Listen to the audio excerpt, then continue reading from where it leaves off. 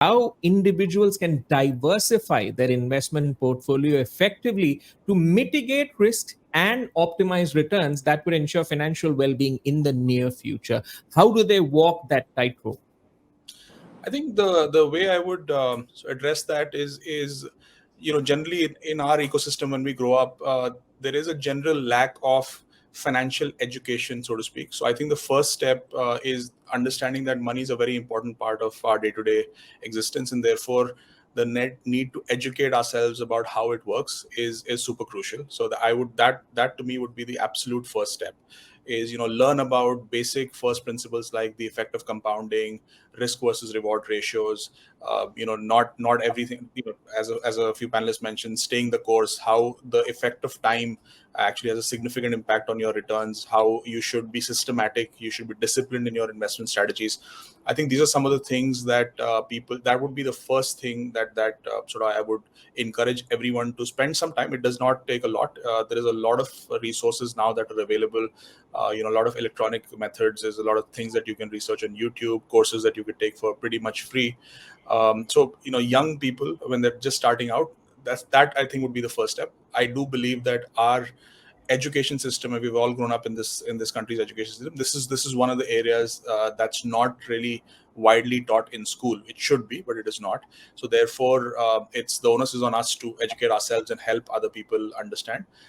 Once you have a very basic understanding of how all of this works, then relating to some of these more complex attributes such as asset allocation, diversification of your investments, it becomes a little bit more understandable. And second thing that I would really encourage is it's just like your health. If you are planning something, or you're doing something, or you're going through an evolution, you don't start to take medicines yourself. You reach out to experts, you reach out to advisors. I would treat this as exactly similar. Once you have a basic understanding of what to do, what to expect, I would actually consult with an advisor, because asset allocation and diversification is very, very different for each individual. It depends on the age and stage of life you're in. It depends on what is your net saving potential, how much of your income can you actually put aside, how that will evolve over time, and then what are your goals, what are you actually saving for. Is it, if it's very different, the goals for someone who's say 25 years old saving for retirement at the age of 65 are very different, from someone who's 35 years old saving for their kids education that may come around when they're 45 or 48. Those are very, very different outcomes. So I think things like diversification of the portfolio or asset allocation is something that you can consult with experts and arrive at that conclusion.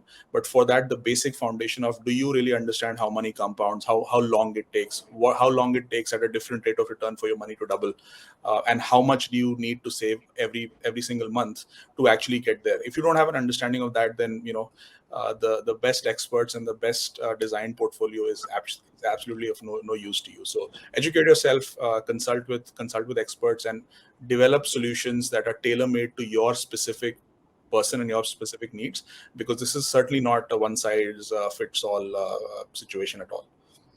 Absolutely. Some key points to bookmark there, because as you mentioned, Parikshit, the investor access has not just grown, investor knowledge options have also grown. And initiatives like the Nivesh Mahakumbh, they back every year.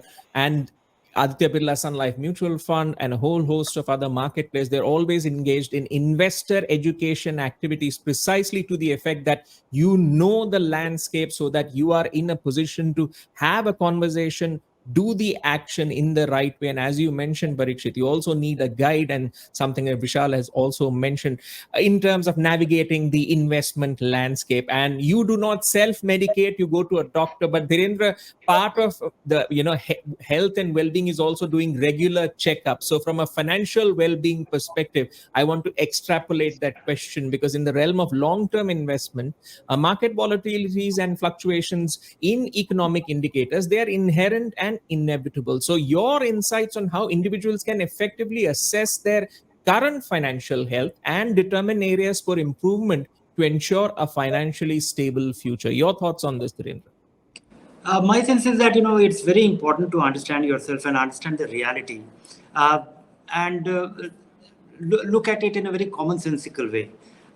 We get all our extrapolation in the financial realm works on the assumption about inflation, the return from the market, and our inflation could be very different, and every individual's context can be materially different. But people get bundled in age groups and demographics and other things. But it needs to be really customized depending on your context. But most importantly, I think everybody has to fight his own instincts, in the sense that it is much easier to say that even if you're disciplined, you are saver, you are investor, and you are faced with January, March 2020. You look for cover. You start questioning your 15, 20 years of beliefs. When you are faced with 2008, you are faced, and these are, once in a decade situation, or, once in a while situation. And also, it's far easier when the going is good. People get attracted to something absolute nonsense. And there is a movement which is backing it because easy money is being made. And different regime, without a rational, without a reason. And it's very tempting. It is very attractive. And you will have testimonials. Here is a guy who has made it in the last 7 months. And that will attract you, and not asking question. Understanding how things work, that is at the heart of it. Your own discipline is the most material thing. Doing some simple things, like doing your SIP for your long-term money, increasing your SIP. We always think in terms of a constant, that I've been doing a 10,000 rupee SIP. And I will have my accumulation in public provident fund and EPF, which will be to the tune of some 30, 40 rupees. And every evening I'll be looking at the status of my SIP. That's not going to really make a difference to you. Having a perspective in terms of where your money is, where it should be, and everything that you need to do for a peaceful retirement. The real things in life, not just growing your money for the heck of it. Real things in life, being more realistic about it, being consistent about it, and having that discipline. And maybe, we need some coach, some advisors, because they are needed only on those times. People need psychiatric help on the extreme ends of the market. And that is where the advisors actually play a very crucial role.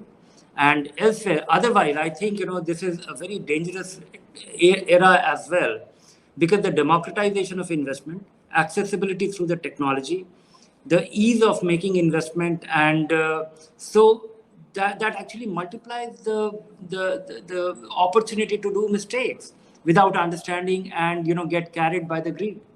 An investor education and awareness initiative of Aditya Birla Sun Life Mutual Fund. Mutual fund investments are subject to market risks. Read all scheme-related documents carefully.